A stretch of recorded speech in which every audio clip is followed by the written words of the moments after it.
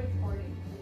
Hey guys, good morning. So, kagigising ko lang. And for today's video, I decided to stay in the house. I'm supposed to go to my appointment today, but they canceled. So, ayun, maglilinis-linis na lang ako. And since I got some comments and compliments from the video I posted and pictures from my room, since sa mga hindi nakapanood or sa mga hindi nakita, I just moved in my new place, my new apartment, and decided to give you a look of my space and my new apartment. So, tada! Maniniwala ba kayo sa'yo? Maniniwala ba kayo sa akin? Pag sinabi ko sa inyo na most of my decors or yung mga pinaglagay kong abobo dyan ay free ko lang nakuha.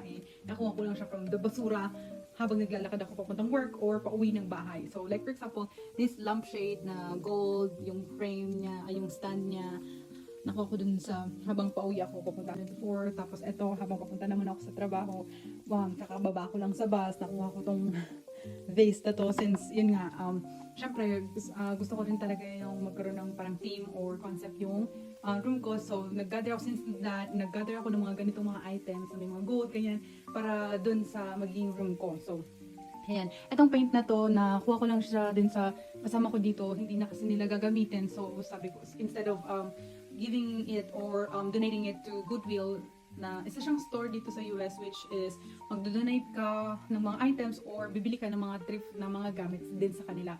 So para siyang mga charity organizations where makakabili ka ng mga for sale ng mga items na mga second hand, ganun. So ito, ano pa bang nakuha ko dyan? So parang wala naman at this time. Dalawa pa nga yung lampshade na yan eh. Ayan. Pero isa lang muna yung ginagamit ko kasi isa lang naman yung parang preferred ko ngayon gamitin sa aking room. So ayan, itong true pillows din na yan. Ito yung pillowcase na bili yan sa Amazon or Shein. Shein nga pala. And then, pero ito, nabili ko siya sa thrift store for $1 each. So ito rin, nakuha ko lang din yan. Free din yan. Not sa labas, but dito sa kasama ko since hindi na nila gagamitin. So like this one, di ba? Very cutesy yung... Ito, di ba? Very cute din yung mirror na to. Nakuha ko lang din siya sa... Ano, di ba? Sa labas. Pauwi ako. So, kinuha ko na. Hindi ko na nga siya naisabay dun sa nung nagpipicture ako, nandun pa siya sa work ko kasi in-stay ko muna dun since hindi ako, kasi usually nagbabasa ko, sabi ko, kukunin ko na lang siya pag Uber. Yan. So, di ba, ang cute, bagay na bagay din siya dito sa, sa team ko, sa concept ko. So, ayan. Here. So, let's take a look din ng sa labas. Lalabas tayo ngayon. I will show you our living room, our space. Actually, I'm not only the one who's staying here in this place. Let's go out na nga. And so from the door, you can see one of the room that they are staying. And that's our living room, but we have their restroom first, bathroom. Hello. Yeah, ang ganda ng light. So yeah, that's the shower in the tub. Of course, so we got some paintings here. We got the weighing scale, of course, para ma-remind kami ng aming mga timbang at mag-limit kami sa kinakain namin. So here's the living room. Look at that. Parang ang nag-match lang din yung design na gusto ng mga ka-workmate ko kasi sila yung mga kasama ko dito sa apartment na to. So here's my boo-boo there. Say hi. So yeah, just watching Netflix, but I'm not really watching since I'm making a video. So this one is very aesthetic. Jade plant daw yan for prosperity and something luck. For life, ganun. So yeah, since you know we're Filipinos, so we always have our shoes or extra chanelas inside the house. This is our kitchen, our dining. So yeah, mostly ito na yung favorite part ko rin dito since diba, parang kung may bisita ka or kung meron kang mga ginagawa dito sa kitchen, you can still have a chance to talk or some chit-chats while you're doing something while they're on the couch or something, di ba? Nandun sila sa entertainment area. So usually pag nag-rent ka ng apartment dito sa US, meron na silang kasamang lutuan, gas range, and microwave. It's up to you kung magdadagdag ka ng appliances. Since we're Filipino, meron kaming rice cooker. Ayan, air fryer, toaster, ganyan. Ito kasama na rin siya. Siyempre, kami na naglagay niyan. O, di ba may pahingal na ako na patulungan pa ba ako na talaga. Hingal na ako sa ganoon. So, ayun. Chika na tayo guys habang about dito sa house. So, let's continue later.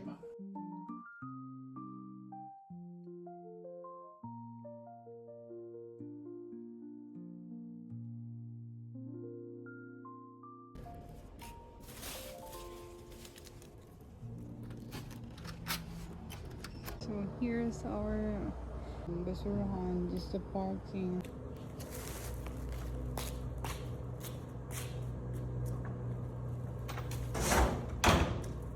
So ayun guys, so Tapos tayo basura. Siyempre, hugas tayo ng kamay. Ganun. Magsigla tayo ng kape. Mamasika. Going to get some coffee. So, I'm gonna show you. So, ito talaga yung ginagamit kong coffee. Kaya, kung mapapansin nyo, since from last year, medyo di ba? Ito talaga lagi yung, ito naman yung mga booster namin dito. Booster. Pampakad, pang-abot ng mga bagay-bagay mga guys. Ganun. Ayan. So, since from last year nga, ay sobrang grabe yung gain kong weight and everything. So, parang na-stress na ako, grabe yung pimple ko and everything. So, yeah, nag-decide ako to go back dito sa coffee na to. Ito talaga yung ginagamit ko pang backup.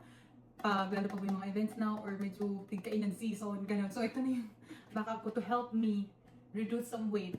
Kahit na medyo napapakain ka, kahit kasi minsan talaga hindi ko na nasusunod yung fasting ko kasi usually nag-fasting ako para maintain ko na lang na hindi na ako ganun kalaki. As in, grabe, ayoko nang balikan talaga yung ganun. So, ayun, ito yung yung pang help sa diet ko na ma-maintain ko pa rin yung ganito na hindi naman sobrang payat pero at least nag-lose na talaga ako na at least hindi na yung sobrang lobo na yung face ko ganun. Pati yung ID ko ngayon nakikita mo talaga sobrang lobo ng face ko. Kaya ganun. Ganun. Puro ganun. Yay!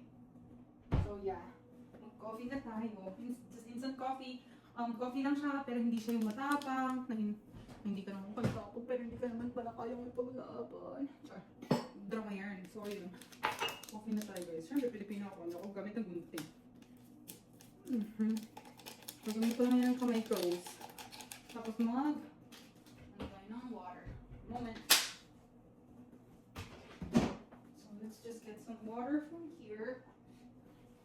I'm not sure if I'm showing on the video, but yeah, I will just try to get some coffee. Wait lang. Am I showing myself? Yeah, it's there. So, ayun. Hintayin natin yung ating pag-order. Kasi magka-coffee tayo and we're going to be back. Muna for now kasi kakalinis na namin since yung kasama namin dito haraan, nag-birthday siya. So, meron pa kami, ay malinis pa yung place namin and di ba nga kaka-arrange ko lang mga 2 days ago. So, malinis pa naman yung room. So, wala naman talaga ako siyang nilinisan. Malinis pa naman yung furniture. So, ayun lang. Magtitigil na tayo, enjoy natin yung movie. I have this playing on Netflix, People We Met on Vacation. Ang ganda niya, funny siya guys, panoorin niyo. So,